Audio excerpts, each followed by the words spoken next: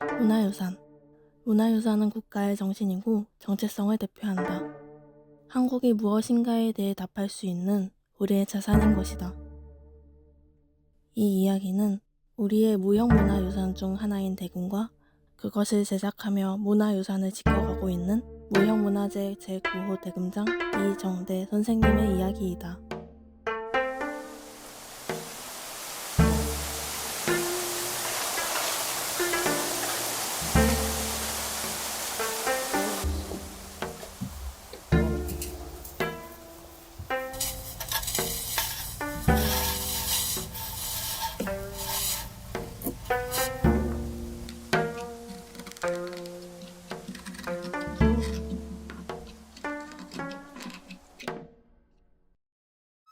자연을 담은 청아한 음색으로 우리 민족의 혼과 정신을 닮은 소리를 만들어낸 악기 대금이다.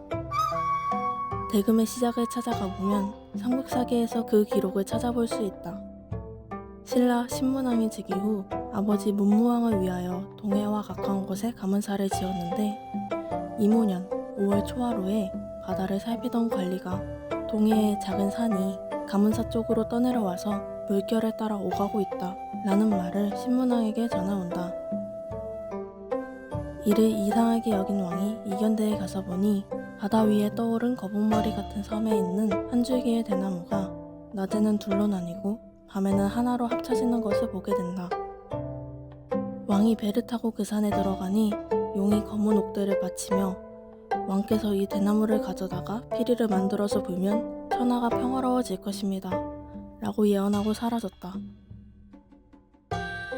이후 왕이 이 대나무로 피리를 만들어 부니 몰려왔던 적군이 물러가고 병이 나았으며 가물면 비가 오고 장마가 지면 날이 개었고 바람이 잠잠해지고 파도가 잔잔해졌다 하여 이 피리를 만파식적 많은 파도를 잠재우는 피리 라고 부르고 국보로 삼았는데 이 피리가 대금이었을 것이라 추정하고 있다. 대금은 저 또는 젖대라고 불리우며 관대 하나에 치구와 청궁, 6개의 지궁, 그리고 칠성궁으로 이루어져 있다. 이 중 대금에서 가장 중요한 구조는 청이라고 볼 수 있다. 대금의 특질 중에 하나가 청공이라는 게 있어요. 청공, 풀을 청자. 청공이라는 게 있는데 중간에 구멍을 하나 뚫어서 갈 때 혹시 이제 대나무 자르면 안에 하얀 막이 나오잖아요. 근데 그 막처럼 왕갈대를 자르면 하얀 막이 나와요. 그 막을 빼서 청공, 중간에 지궁 위에 치우와 지궁 사이에 있는 청공에다 붙여서 소리를 내는 거죠. 소리를 내면 대금을 불어서 고속카메라 찍어보면 진동을 해요. 대나무가. 모든 소리는 공기가 진동하는 소리예요. 근데 진동하는데 갈대 막을 붙이는 소리도 거기도 같이 진동하는 거죠. 그래서 어떻게 보면 그 음파가 대나무가 진동하는 소리, 그 다음에 어떤 부분에서 그 청공을 올려주면 청공이 오는 소리예요. 그래서 겹치죠. 그걸 맥놀이 현상이라고 해요. 그래서 청공을 아주 적극적으로 사용하는 악기는 전 세계에 대금뿐이다라고 해요. 그래서 대 스스로가 우는 소리하고 갈대가 우는 소리하고 섞여 있는 그런 아주 그 대금의 아주 특질이죠. 청공을 적극적으로 활용하는 거. 중국 고악기도 보면 청공이 있긴 있더라고요. 그래서 그거는 전 세계에서 유일하다라고 볼 수는 없는 것 같아요. 제가 경험을 해보니까 그거는 감히 내가 그건 좀 잘못됐다라고 좀 바로잡고 싶은 거죠. 예. 근데 적극적으로 청소리를 적극적으로 활용하는 거는 맞아요. 그 다른 악기들은 그렇게 적극적으로 중국이나 이런 데 보면 인도나 이런 데 보면 있는데 그렇게 적극적으로 활용하지는 않는 것 같아요. 이 대금의 맥을 이어가고 있는 대금장 이정대 선생님은 대금과 함께하게 된 특별한 계기가 있었다.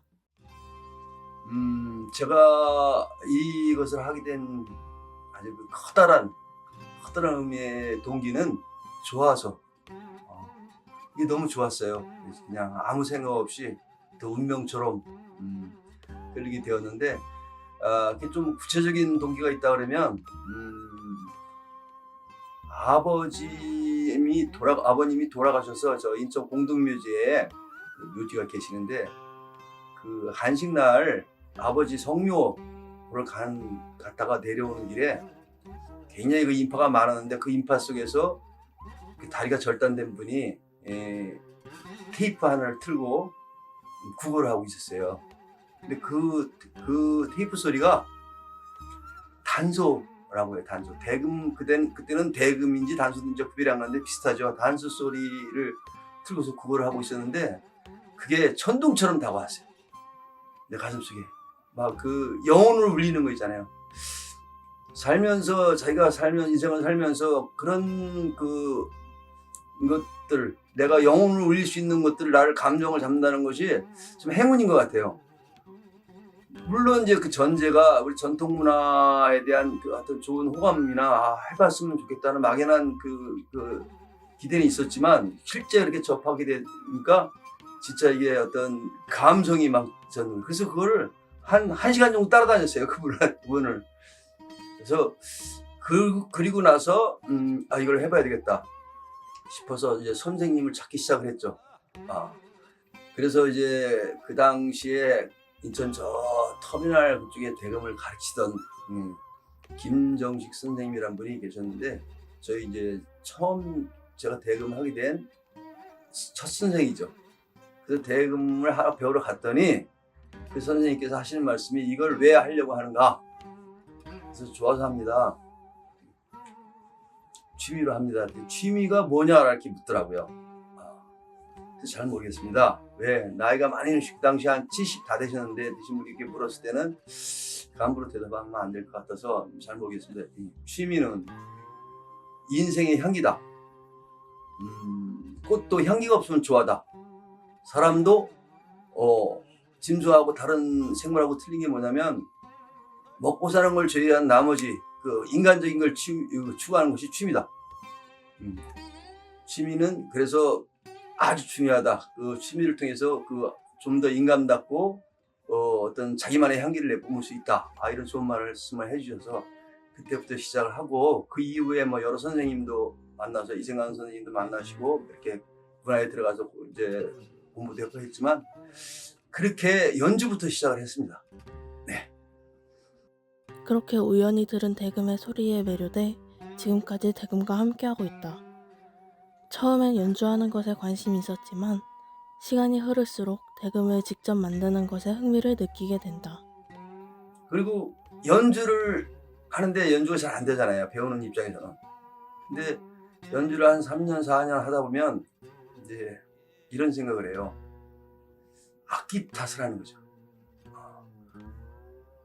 실력이 모자란데 이 악기가 안 좋아서 좀 안 나는 것 같고 뭐 이러니까 좋은 악기를 하나 갖고 싶은 거예요. 입만 대면 소리 나는 악기. 그걸 샀죠. 바꾸면 어렵게 돈을 모아서 바꾸면 좀 잘 나는데 그래도 내가 기량이 늘어나면 마음에 안 들어. 그렇게 몇 번을 바꾸다가 이제 내가 직접 한번 해봐야 되겠다 해서 소위 말하는 필생의 악기를 하나 갖기 위해서 시작한 거죠. 그런 게 있을까요? 입만 대면 소리 나는 악기가 있을까요? 예, 그 길로 마약처럼 아주 중독이 돼서 이제 빠져들은 거죠. 그런 동기가 돼서 이걸 시작하게 됐습니다. 당연하지만 선생님께도 대금장의 일을 하는 데 여러 어려움에 함께했다. 막상 제작을 해보면 국내에 제작하신 분도 이제 몇 분이 계시는데 방법이 다 틀려요. 그리고 안 가르쳐줘요. 이게 뭐 아주 유명 식당의 레시피처럼 비밀처럼 진짜 그 노하우는 안 가르쳐주는 거죠.